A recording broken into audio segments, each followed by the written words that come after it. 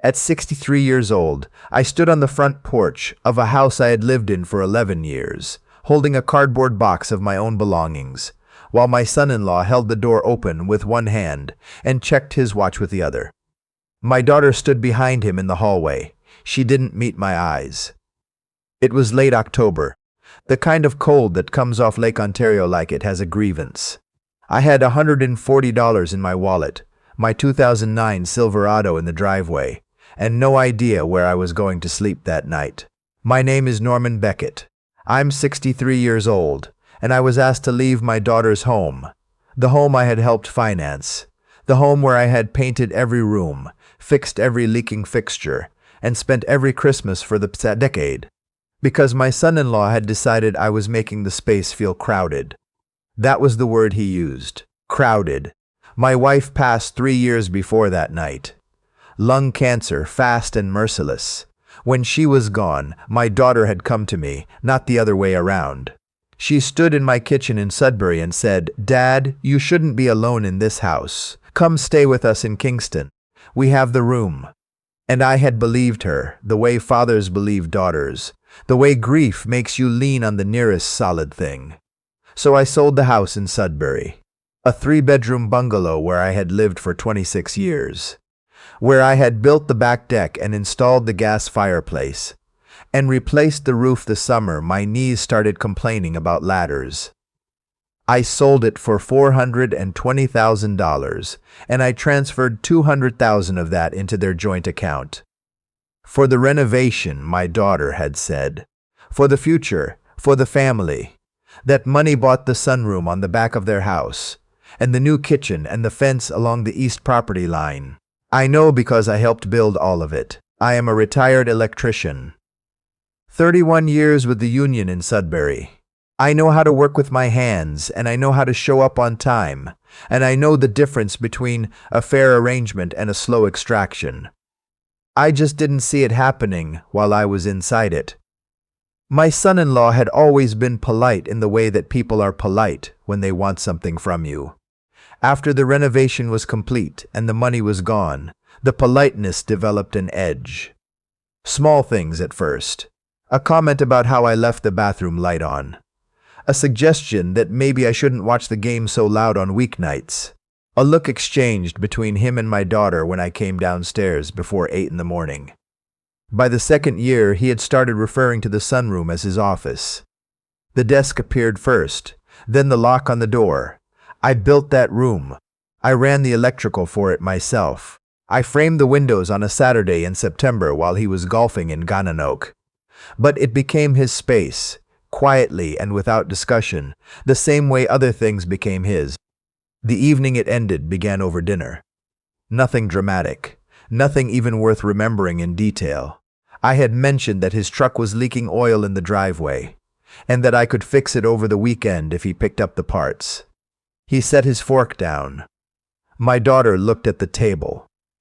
He said he appreciated the offer, but that he had it handled. I said I had noticed it for 2 weeks, and I was just trying to help. He said that sometimes help feels like hovering. My daughter said nothing. That night she came to my room and sat on the edge of the bed and told me, quietly and without crying, that they had been talking and they thought it might be better if I found my own place. For how long, I asked. She said maybe permanently.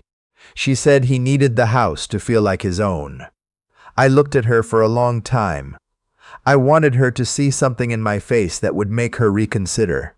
I don't know if I saw anything in hers except the particular exhaustion of someone who has already made a decision and is now just delivering it. I asked about the money. She said that was complicated. I nodded. I had expected complicated. The next morning I packed what fit in the Silverado. I didn't take much. My tools, my winter coat, the photograph of my wife from our trip to Cape Breton the summer before she got sick. I left the furniture I had brought from Sudbury because I didn't know where I was going, and I didn't have room. I left my late wife's bread maker on the kitchen counter because taking it felt like something I wasn't ready to do yet. My son-in-law was in the sunroom when I loaded the truck. The door was closed. My daughter walked me to the driveway. She said she hoped I understood. I said I did. Neither of those things was entirely true. I drove east on the 401 without a destination. I stopped at a Tim Hortons in Napanee and sat in the parking lot for 45 minutes with a medium coffee going cold in my hand. The sky was the color of old concrete. I watched transports pull in and pull out. I thought about calling my brother in Thunder Bay, but it was too early and I didn't know what I would say. I thought about a motel, but the ones near the highway looked like the kind of places that charged by the week, for reasons that had nothing to do with tourism. I had enough money. Not the $200,000 that was gone, but I had my pension from the union and my RRRSP, and the remaining $220,000 from the Sudbury house, sitting in a checking account because I had never gotten around to doing anything smarter with it. I was not destitute. I want to be clear about that. I was not broke. I was just suddenly at 63, without anywhere to be. I ended up at a motel in Belleville, $49 a night, which felt appropriate for how low things had gotten. The room smelled like industrial cleaner and old carpet. The radiator clicked all night. I lay on top of the bedspread in my work clothes and stared at the ceiling and thought about all the ceilings I had looked at in my life and whether any of them had prepared me for this one. The next morning I called my brother. He answered on the second ring the way he always does, like he was already awake and waiting for something to happen. I told him what had happened. He listened without interrupting, which is a skill I have always respected in him. When I finished, there was a pause. "She kept the money," he said. "Not a question." "Complicated," I said. "Norm." He uses that name even though I go by Norman with everyone else. "You drove the electrical in that house. You put the money in. They can't just, they already did." Another pause. "You coming here? I don't know where I'm going." "Come here," he said. "Don't stay in a motel. Come here." I didn't go to Thunder Bay. It felt like retreat, and something in me wasn't ready to retreat quite that far. Instead, I drove back toward Kingston and found a one-bedroom apartment in a building near the waterfront. Not glamorous. The hallway smelled like someone's cooking, and the intercom hadn't worked in years. But the landlord was a retired naval officer named Mr. Pelletier, who shook my hand twice and told me the furnace had been replaced 2 years ago, and the pipes were solid. It felt like something solid was what I needed. I moved in with my tools and my photograph and very little else. I bought a bed from a place on Princess Street. I bought a used kitchen table from a woman on Facebook Marketplace, who also threw in 2 chairs and a set of dishes because she was moving to Ottawa and didn't want to pack them. I ate toast and canned soup for the first week because I hadn't figured out the grocery store rhythm yet. Small, practical problems. I focused on those. What I didn't do was call a lawyer. Not immediately. I thought about it. My brother called twice a week and every conversation ended with him saying, "Norm, you put $200,000 into that house. That's not a gift, that's a loan at minimum." But I knew my daughter's name was on the deed. I knew the renovation was complete. I knew what complicated meant in practical terms. What I did instead was go back to work. Not the union. I was retired and intended to stay that way, but the same kind of work. A neighbor in the building mentioned that his bathroom exhaust fan had been dead for 6 months, and the ceiling had started to show moisture damage. "I fixed it in an afternoon," he told his neighbor. His neighbor had a breaker panel that hadn't been touched since 1987. I replaced it over 2 days. I charged reasonable rates, the kind that wouldn't insult someone on a fixed income, but would cover my time honestly. By January, I had a small list of regular clients, mostly older residents in the building and nearby. People who had the same problem I was starting to understand from the inside. Things around them slowly failing and no one obvious to call. A retired schoolteacher whose porch light had been dark since August. A widower on Barrack Street whose kitchen outlets had been dead on one wall for 2 years. Easy fixes. But the relief on their faces was disproportionate. The way relief always is when someone has been quietly managing without something they needed. One afternoon in February, I fixed a faulty wiring connection in the common room of a seniors' center on Montreal Street. The director, a brisk woman in her late 50s named Mrs. Okafor, watched me work with the kind of focused attention that meant she was deciding something. When I packed up my tools, she said, "Do you do classes?" I looked at her. "What kind?"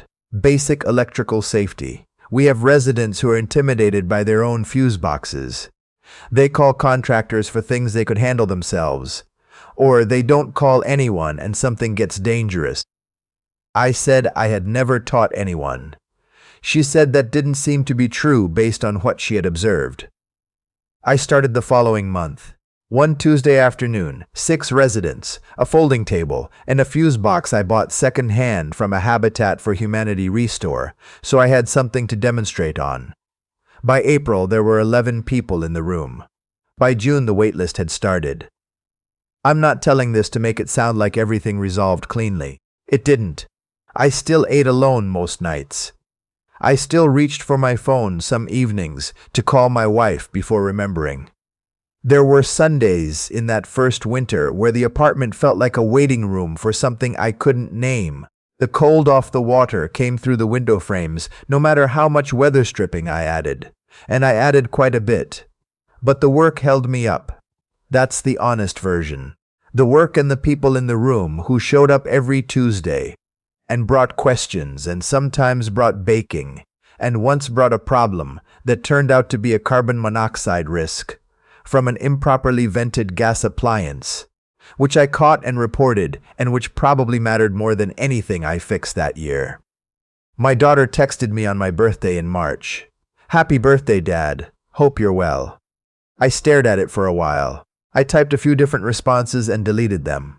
Finally, I typed, "Thank you, I'm well." That felt like as much truth as I could offer. She texted again in May. She said she had been thinking about things. She said she knew the transition had been hard.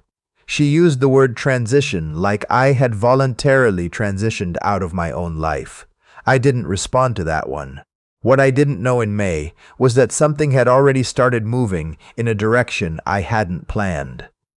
Mrs. Okafor had mentioned the program to a reporter from the Kingston Whig Standard, who was doing a piece on community programming for older adults. The reporter came on a Tuesday in June and sat in the back of the room, and afterward asked if she could interview me. I said I wasn't very interesting. She said the program sounded interesting. The article ran on a Saturday. A photo of me with the fuse box demonstration panel. 3 paragraphs about the program. A quote from one of the participants who said he had saved over $400 in contractor fees in 3 months and felt like he understood his own house for the first time. The headline said something about seniors learning to manage their homes independently. It ran on page A4, but it was online too. By Monday morning, I had 12 new emails through the Seniors Center website. By Wednesday, my brother called from Thunder Bay with a screenshot he had found on Facebook. My daughter called on Friday. Not a text, a call. I let it ring twice before I answered, which I realize sounds childish. Maybe it was. She sounded careful. The way people sound when they have rehearsed what they want to say but are trying to make it sound unrehearsed. She said she had seen the article. She said she was glad I was doing well. She said she had thought about reaching out sooner, but hadn't known what to say.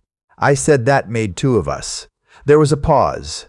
She said that things had been difficult at home too. She said my son-in-law had been stressed about work. She said it wasn't an excuse. I waited. She said, "I think we made a mistake, Dad."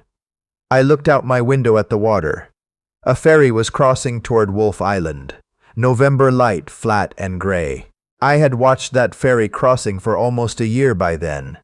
I knew its schedule the way you learn the rhythms of the place where you actually live. "Which part?" I asked. She didn't answer immediately. "All of it. I think all of it." I had wanted to hear that for a long time. I had imagined it quite a few times in the motel in Belleville and in the apartment through the winter. But sitting there with it finally real, it felt different than I had expected. Not smaller, just more complicated, the way things are when you've had time to see them clearly. The money is what it is, I said. I'm not going to fight about the money. I know, she said. But I want to talk about it. Not yet, I said. Not on the phone. We met 2 weeks later at a restaurant on Ontario Street, a neutral place, the kind with wooden tables and local beer on tap. She came alone. She looked tired in a way that wasn't just the drive from Kingston to the East End, where I had moved by then. A slightly bigger apartment, second floor, better windows.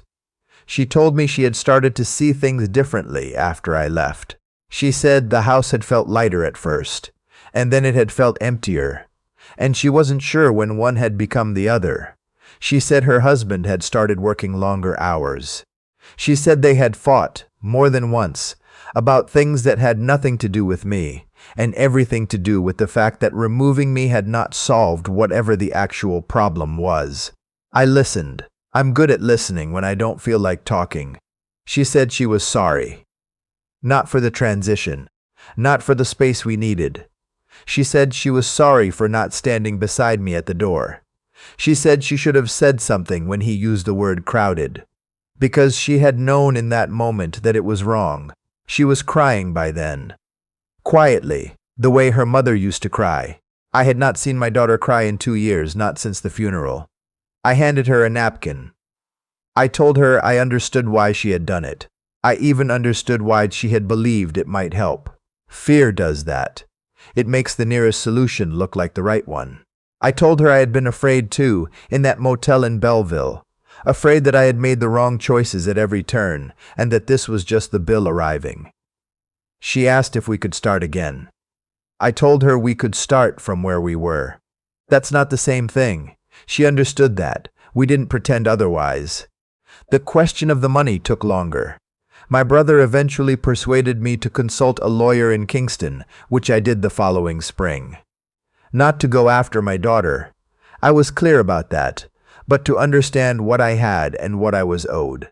The lawyer was a practical woman who specialized in family property matters, and she laid it out plainly. Given my contribution, given the lack of a formal loan agreement, the legal path was difficult but not impossible. She used the word discretion more than once. In the end, my daughter and her husband agreed to transfer $40,000 back to me over 2 years. Not 200, not half, but enough to acknowledge what had happened, enough that the arrangement wasn't pure erasure. We signed a document. The lawyer witnessed it. My son-in-law was not in the room. That was my daughter's decision, and I think it was the right one. He has never apologized. I don't expect him to. Some people construct a version of events where they are always reasonable, and anything that contradicts that version is a misreading.